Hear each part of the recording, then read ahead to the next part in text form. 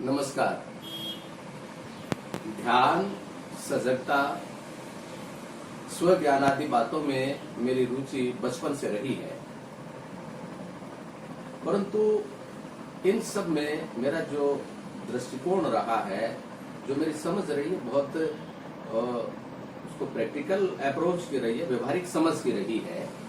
सिर्फ उनको दार्शनिक विवेचन उन सारी चीजों में किए जाना और बहुत सारी किताबें पढ़ते रहना और ज्ञान इकट्ठा करना, उनके शास्त्रीय पहलुओं पर विवेचन करते रहना, उन पर किताबें लिखना, इन सब बातों में मेरी दिलचस्पी नहीं रही है।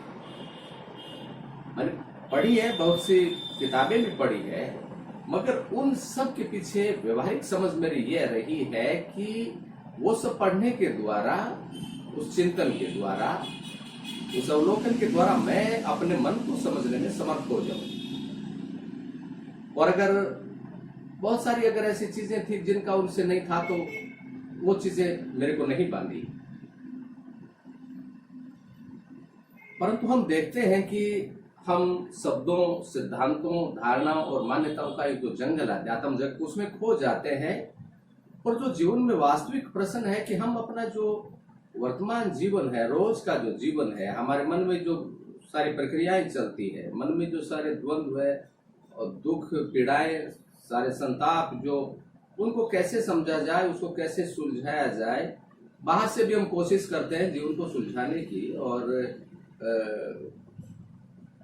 हालात बदलने की, मकान बदल लिए, बड़े पद पर पहुंच गए और बहुत सारे सुख सुविधा के साधन इकट्ठे कर ली, वो सब चीजें। और भीतर भी हम समझते हैं कि ये कोशिश करते हैं कि हमें कोई ऐसा सिद्धांत मिल जाए, ऐसा कोई ट्रिक मिल जाए, ऐसा कोई तरीका मिल जाए जिससे भीतर का सारा जो दुख है वो मिट जाए। और इस तरह की कोशिश हम करते रहते हैं। तो शब्दों और सिद्धांतों के जंगल में, अध्यात्म जगत में लोग खो जाते हैं और वो भूल ही जाते हैं कि मूल रूप से वो किस लिए इन सारी चीजों में उनकी रुचि थी। क्या आए थे हरि भजन को, ओठन लगे कपास जैसी स्थिति हो जाती है, या कहीं के कहीं कुछ भी करने लग जाते हैं, भूल ही जाते हैं, नया आश्रम बना लेते हैं, मूल जो जीवन है उसे, पूरा मौलिक जो जीवन है उसे हट जाते हैं और सारी जो गतिविधियां हैं वो करने लगते हैं और दूसरी, और उसमें मौलिक जो बिंदु होते हैं उससे हट जाते हैं। आज हालांकि मेरी कोई बहुत दिलचस्पी नहीं है इन बातों में, मगर सत्य शब्द पे बहुत बात होती रही है, सत्य की खोज और मनुष्य के मन की वास्तविक जो समस्या है उनको समझाने में उनका बहुत संबंध भी नहीं है, मगर बातचीत करेंगे क्योंकि इसमें बहुत लोग फिजूल में उलझे हुए, उनकी बहुत से सिद्धांतों में उलझे हुए हैं। तो इसमें थोड़ा हम बातचीत करें कि सत्य से हमारे क्या अर्थ है। इसमें दो बातें, एक तो हमारा जो मन है, शरीर है, मस्तिष्क है, जो आम जीवन है, उसमें उसकी आखिरी, उसकी हकीकत क्या है, वास्तविकता क्या है, एसेंशियली क्या है वो सब। तो उसको, उसकी वास्तविक प्रकृति को गहरे में अल्टीमेटली उसको देखना, एक तो ये है, यानी हमारा जो शरीर है, मन है, जिसको हम जी रहे हैं, वो आखिरकार क्या उसकी प्रकृति है, उसको देखना, उसको समझना। और ये जो जीवन है, ये सारा जो जीवन चैतन्य का विस्तार है और सारा जो जगत है जिसमें प्रकृति, सारे जीव जंतु, समुद्री जीवन और सारा ये जो जीवन चैतन्य, इसका कोई आखिरी तत्व है। जैसे भौतिक जगत का आखिरी तत्व अणु परमाणु को मानते हैं, तो वैसे इन सब का आखिरी तत्व कोई है भी या नहीं, और वो है तो उसकी प्रकृति क्या है। तो सत्य, इन दो अर्थों में सत्य शब्द का प्रयोग हम करते हैं अपने जीवन को जानने के। जो दृश्य है, जो रूप में है, और अदृश्य जो जीवन का आधार है, उसको, इन दो अर्थों में हम इन शब्द का प्रयोग करते हैं। तो आखिरी कोई सत्य है या नहीं, उसको जानने से पहले हमें हमारा जो वर्तमान जीवन है उसको देखना, उसको टैकल करना, उसको सुलझाना ही अगर हमको नहीं आते हैं, वो आगे क्या ये जीवन दुख, पीड़ा, संताप और इन जो ऊपरी चीजें हैं इनमें ही खत्म होने को बना है, या हमारे मन में कोई गहराई आ सकती है, कोई खालीपन आ सकता है, उसमें कोई रूपांतरण हो सकता है। और अगर हमारे लिए वो सारी चीजें हम नहीं खोज सकते, तो हम उनके शब्दों में बहुत सारे सिद्धांत इकट्ठे करते रहना। मैं बहुत आदर के साथ और सारे मित्रों के साथ जो मेरा ओशो वर्ग से भी रहे हैं, तो उसमें जो बात कहते रहे हैं, ओशो एक निरंतर बात कहते हैं कि सत्य विरोधाभासी होता है। ये बात मैं सभी से हाथ जोड़ के निवेदन करना चाहूँ, मेरे गले से बिल्कुल नीचे न पहले उतरी थी और अब तो उतरने का सवाल ही नहीं। ये बहुत ही मुझे सनक से भरा हुआ वक्तव्य मालूम पड़ता है। परम जो सत्य है वो एक विरोधाभासी तत्व है। विरोधाभासी से क्या मतलब है? जिसमें दो विरोधी तत्व हो, ये मतलब होता है। यानी कि क्या हम कह सकते हैं कि सत्य कभी प्रेम से भी भरा होता है और कभी घृणा से भी भरा होता है। सत्य में जीवन की समृद्धि भी होती है और सत्य बिल्कुल दीनहीन और कंगाल भी होता है, उसमें कुछ भी नहीं होता। क्या हम कह सकते हैं कि सत्य जो होता है वो सृजन भी होता है और विनाश भी होता है? क्या हम कह सकते हैं कि सत्य जीवन के प्रति, जीवों के प्रति करुणा भी है और कठोरता भी है, क्रूरता भी है? क्या हम ये कह सकते हैं? मुझे नहीं लगता कि ये जो बात है और इसको इतने धड़ल्ले के साथ कहा गया, इसको प्रचारित किया गया और सभी लोगों ने इसको ऐसे स्वीकार कर लिया कि सत्य विरोधाभासी होता है। और अगर हमने इसको स्वीकार भी कर लिया है तो ये हमको कहां लेके जाता है, इससे हम कहां पहुंच गए? मगर हम इतनी जोर से इस धारणा को पकड़े कि नहीं, सत्य तो विरोधाभासी होता है, असंगत होता है, तो हम क्यों इन सारी धारणाओं को पकड़े? ये कहां लेके जा रहे हैं? इनका साधना के जो मौलिक तत्व है, मन को बदलना, उनसे कोई संबंध भी नहीं है। मगर इस फिजूल की चीजों में किताबें लिखी गई है बड़ी बड़ी और सारे लोग कह रहे हैं फॉर व्हाट, किस लिए इन चीजों का? जब तो अनावश्यक चीजों में उलझते रहना ये कोई साधना होती है? इनमें क्यों समय इन सारी चीजों में बर्बाद करना? हम चीजों पर विचार नहीं करते कि इन चीजों का ये सारा अनावश्यक चिंतन है।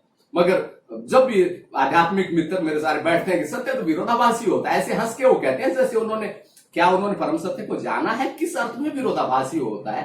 तो मैं उनसे निवेदन करना चाहूंगा कि मेरे जीवन में मैंने जिस रूप में एक आम जीवन में जिस रूप में ये सारी चीजें जानी है और ध्यान में भी जिस सृजन की ऊर्जा को जीवन ऊर्जा कहता हूं मैं, जिसे उसको जो जाना है वो प्रेम से भरी है, वो कभी घृणा से भरी नहीं है, वो सृजन है और वो कोई विनाश से भरी ऊर्जा नहीं है। मैंने हमेशा उसको, जिसके लिए मैं फुलनेस शब्द का प्रयोग करता हूं, समृद्धि शब्द का प्रयोग करता हूं। जैसे मैं उदाहरण देता हूं कि जैसे कोई भरी हुई नदी चलती है आसपास के खेतों को समृद्ध करती हुई और उनको लहलाती हुई, सारी उनकी कैसा वातावरण होता है, ऐसा सत्य का, जीवनता का और जीवन का और चारों तरफ प्रेम का वातावरण होता है।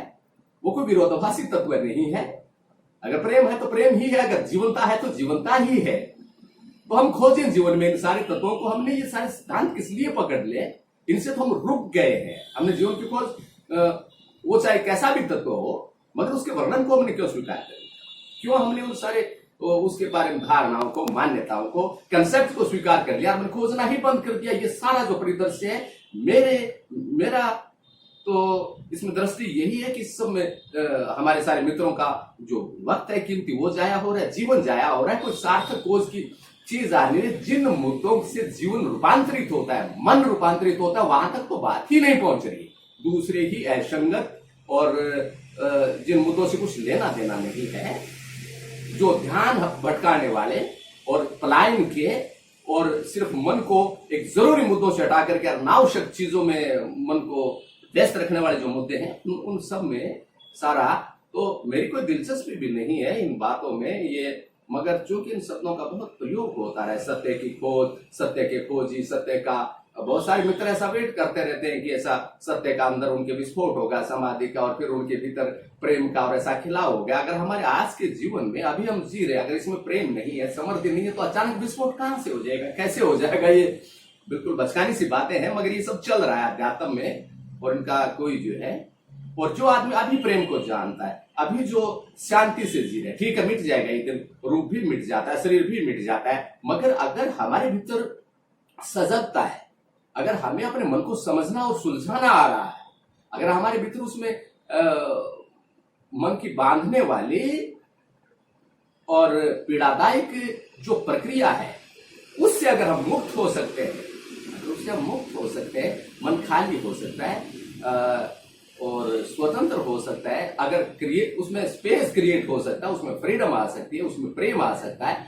और अगर हम पहले से कोई धारणाओं से बंधे हुए नहीं है, तो उस खालीपन में कोई जीवन ऊर्जा का प्रवेश होता है, जो हमारे रोज के जीवन में, हमारे संबंधों में, हमारे प्रेम में हम जीते हैं, जहां हम सब कामों को करते हुए और ये कोई बहुत रहस्यमयी और कोई अचानक इसको हम जो कहते हैं विस्फोट होगा ऐसा बनाता है, उससे हमारे आम जीवन की जो चीजें हैं जीने वाली उनसे कोई संबंध नहीं है। इसलिए इन सारी चीजों का मैं प्लीज यही कहूंगा कि व्यवहारिक अर्थ लीजिए ताकि हम उसको जी सके। ऐसा नहीं कि हमारे कभी बाद में अगर हम दार्शनिक चिंतन ही करते मर जाए, वो जो चीज जिसको हम उसको अपने वर्तमान जीवन में जी सकें। ठीक है, कभी मिट जाएगा, रूप भी मिट जाता है, शरीर भी मिट जाता है, सारा कुछ मिट जाता है, परंतु हम अगर अब हमारे जीवन में अगर शांति है, समृद्धि है, प्रेम है, इसकी शाश्वतता को अगर हम जीते जानते हैं तो वो चीज पर्याप्त है। इसलिए आखिर में यही निवेदन करूंगा कि जो इन सारी बातों का स्वज्ञान का ध्यान सजगता जो व्यवहारिक पहलू है जिनसे हमारे मन को सुलझने में सार को गही रहित होता दे उड़ाए, बस है ना। साधु ऐसा चाहिए जैसा शुभ शुभाए, सार को गही रहित होता दे उड़ाए। सार की बातों पर आइए मित्रों, आज इतना ही बात करेंगे। Thank you.